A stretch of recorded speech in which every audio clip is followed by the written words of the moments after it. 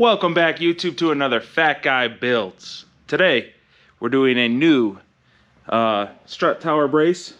We're going to get rid of the factory GT style one. If you don't have one on your car, then the steps are going to be a lot easier because you don't have to take the old one off, but whatever. I'm going to go through, show you the product, and if you want one, the link's below. Lethal Performance has them for sale.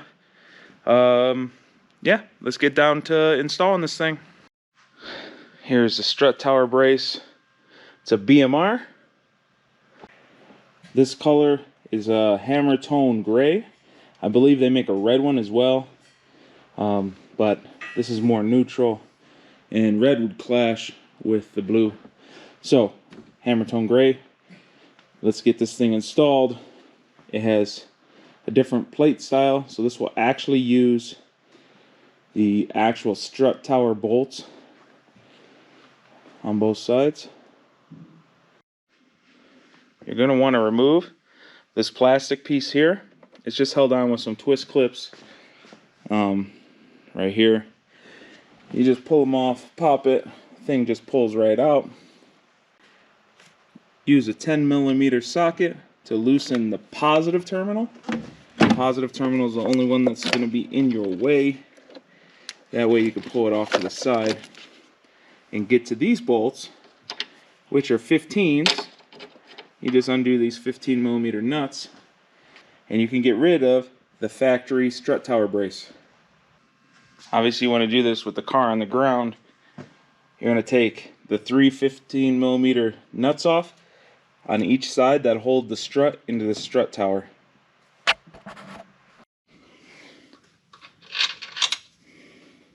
You're going to grab these spacers. They're 1/4 inch tall. Slide them in. You only need these if you have this support on both sides, which I do. If BMR messes up like they did on my order and they only sent me one of these, they sell them at Ace Hardware. So you can pick them up, or you can wait for BMR to send you more. That is up to you. I just said forget it. I went, spent a couple bucks, and got 5 more that I needed. So you do that on both sides, and then you can slowly slide on this thing. And you want to, you're going to use these 2 bolts over here, and then the 3 strut bolts. And now I'm going to go ahead and grab the hardware and put it on. I didn't like the hardware they sent with it, so I'm just going to reuse the factory hardware. And you're going to go around slowly and tighten them as you go. That way you don't put too much pressure on one, and you make sure it's flush, touching all the surfaces, your spacers, this stress bracket here.